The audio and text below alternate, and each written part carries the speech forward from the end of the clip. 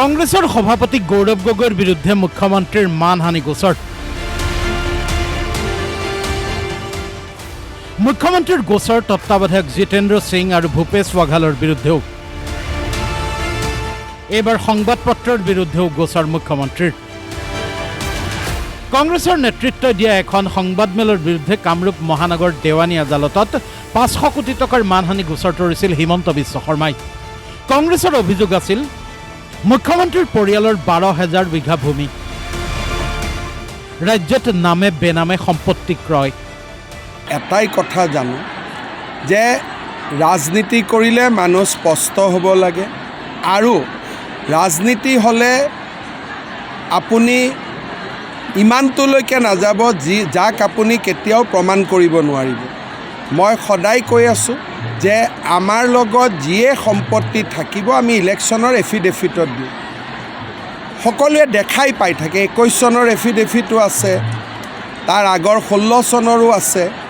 এই যে এটা ভুৱা বাতৰি প্ৰচাৰ কৰি থাকে, মই তেওঁলোকক সুযোগ দিছোঁ যে আদালতত আহি আপোনালোকে প্ৰমাণ কৰি দিয়ক যে মোৰ ক'ত বেনামী সম্পত্তি আছে। কেৱল ইমানেই নহয়, মুখ্যমন্ত্ৰীয়ে কংগ্ৰেছৰ আন এটা অভিযোগ সন্দৰ্ভতো দিয়ে গোচৰ। হিমন্ত বিশ্ব শৰ্মাক কাৰো নহয়, যাৰে ঘনিষ্ঠ হয় তাৰেই পিঠিত চুৰি বহুৱাইছে।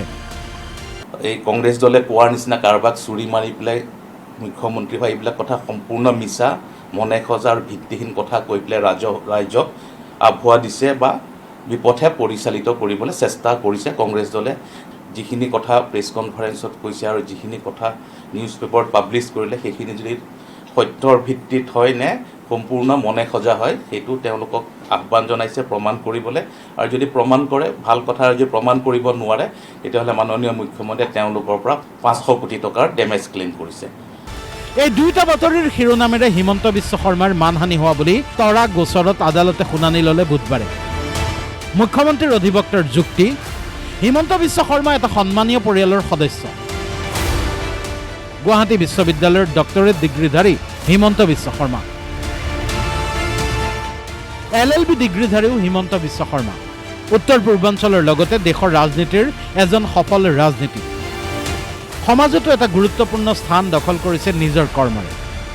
এনে বিভিন্ন দাবীৰে তৰা গোচৰটোত শুনানি লৈ কামৰূপ মহানগৰ দেৱানী ন্যায়াধীশ নয়নজ্যোতি শৰ্মাই কেৱল মুখ্যমন্ত্ৰীৰ পক্ষ শুনিয়েই দিলে এক অন্তৰ্বৰ্তী নিৰ্দেশনা। 9 মাৰ্চলৈ সকলো পক্ষক বাৰণ কৰিছে মুখ্যমন্ত্ৰীৰ 12,000 বিঘা মাটি সন্দৰ্ভত কথা ক'বলৈ। ঘনিষ্ঠক চুৰি মৰা সন্দৰ্ভতো ক'ব নোৱাৰিব কোনো কথা। বাতৰি কাকতখনে প্ৰকাশ কৰিব নোৱাৰিব এই সন্দৰ্ভত কোনো বাতৰি। গৌৰৱ গগৈ, ভূপেশ বাঘেল আৰু জিতেন্দ্ৰ সিং ডাঙৰীয়াৰ এগেইনষ্টত এটা মানহানিৰ গোচৰ তৰিছে। তেওঁৰ যদি কিবা প্ৰপাৰ্টি বেনামী আছে বা কিবা আছে, কংগ্ৰেছ দলে আনি পেলাই দেখুৱাব লাগে। আৰু সেইকাৰণে কংগ্ৰেছ দলক তেওঁ এটা প্ৰত্যাহ্বান দিছে, অৰ্থাৎ এটা চেলেঞ্জ দিছে। সেইটো প্ৰমাণ কৰিবলৈ চেলেঞ্জ কৰিছে, আমন্ত্ৰণ কৰিছে। ইয়াৰ ভৱিষ্যতে যাতে আজিৰ পিছত তেনেকুৱা ধৰণৰ কোনো কথা নকয়। আৰু এই পেপাৰখনকো ৰেষ্ট্ৰিকশ্যন কৰিছে, কোৰ্টে ন'টিছ ইছ্যু কৰিছে। লগত জয়ন্ত বৰুৱা আৰু নিউজ পেপাৰখনৰ যিজন পাব্লিছাৰ আৰু ষ্টাফ ৰিপৰ্টাৰ, তেওঁলোককো কোৰ্টে তলব কৰিছে। আৰু কোৰ্টত তেওঁলোকৰ কি তথ্য প্ৰমাণ আছে সেইখিনি কোৰ্টত দাঙি ধৰিবলৈ নিৰ্দেশ দিছে। আনহাতে আদালতলৈ যোৱা প্ৰসংগত গৌৰৱ গগৈৰ আক্ৰমণ মুখ্যমন্ত্ৰী। যাৰ মান নাই তেওঁৰ মানহানি হ'ব কেনেকৈ? হিমন্ত বিশ্ব শৰ্মাৰ সৈতে মই ৰাস্তাত যুঁজিব বিচাৰো, ন্যায়ালয়ত নহয়। মই এজন ৰাজনীতিবিদ, মই ৰাস্তাত যুঁজিবলৈ বিচাৰো হিমন্ত বিশ্ব শৰ্মা ডাঙৰীয়া, কোৰ্টত নহয়। গতিকে মই জানো সত্য মোৰ লগত, মই জানো যে মই যিখিনি কথা কৈছো সঁচা। তেওঁ ভয়াতুৰ আমাৰ পৰা শংকিত হৈছে, আমাৰ পৰা ভয় কৰিছে, আমাৰ কথাখিনি স্তব্ধ কৰিবলৈ বিচাৰে। সেইকাৰণে তেওঁ জানে যে জনসাধাৰণৰ মাজত এইখিনি কথা যথেষ্ট প্ৰচলিত, আৰু সেইকাৰণে জনতাৰ ওপৰত তেওঁলোকৰ বিশ্বাস নাই, জনতা আদালতৰ ওপৰত তেওঁলোকৰ বিশ্বাস নাই। ইমান কৰিলেও আমি পৰৱৰ্তী দিনত কংগ্ৰেছ দলে কি আইনী পদক্ষেপ ল'ব লাগে তাৰ ওপৰত আমি বিচাৰ কৰিম। কেৱল ইমানেই নহয়, মুখ্যমন্ত্ৰীক ভয়াতুৰ আখ্যা গৌৰৱ গগৈ। ভয়াতুৰ হোৱা বাবেই ন্যায়ালয়লৈ গৈছে হিমন্ত বিশ্ব শৰ্মা। ৰাজনীতিবিদৰ দৰে জনতাৰ আদালতত যুদ্ধ কৰক হিমন্ত বিশ্ব শৰ্মাই। যিজনৰ মান নাই তেখেতৰ হানি কেনেকৈ হ'ব পাৰে? ৰাহুল গান্ধী ডাঙৰীয়াই ঠিকেতে কৈছে, আটাইতকৈ দুৰ্নীতিগ্ৰস্ত মুখ্যমন্ত্ৰী হ'ল হিমন্ত বিশ্ব শৰ্মা। আৰু তেখেতৰ দুৰ্নীতি ফাদিল কৰোঁতে এতিয়া তেওঁ এটা মানহানি কৰিছে। এতিয়া হিমন্ত বিশ্ব শৰ্মা ডাঙৰ কিবা মান আছে নেকি যে মানহানি হ'ব পাৰে? মান থাকিলে শান্তি হ'ব। এতিয়া ৰাজনীতিৰ সময়, কাৰণ নিৰ্বাচনলৈ মাজত মাত্ৰ কেইটামান দিন।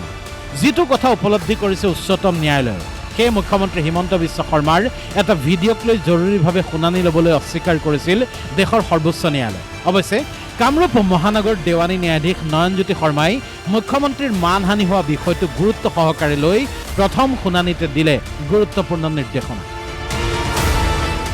বিশ্বনাথৰ পৰা আমিৰ খানৰ সহযোগত ব্যুৰ' ৰিপৰ্ট, DY365।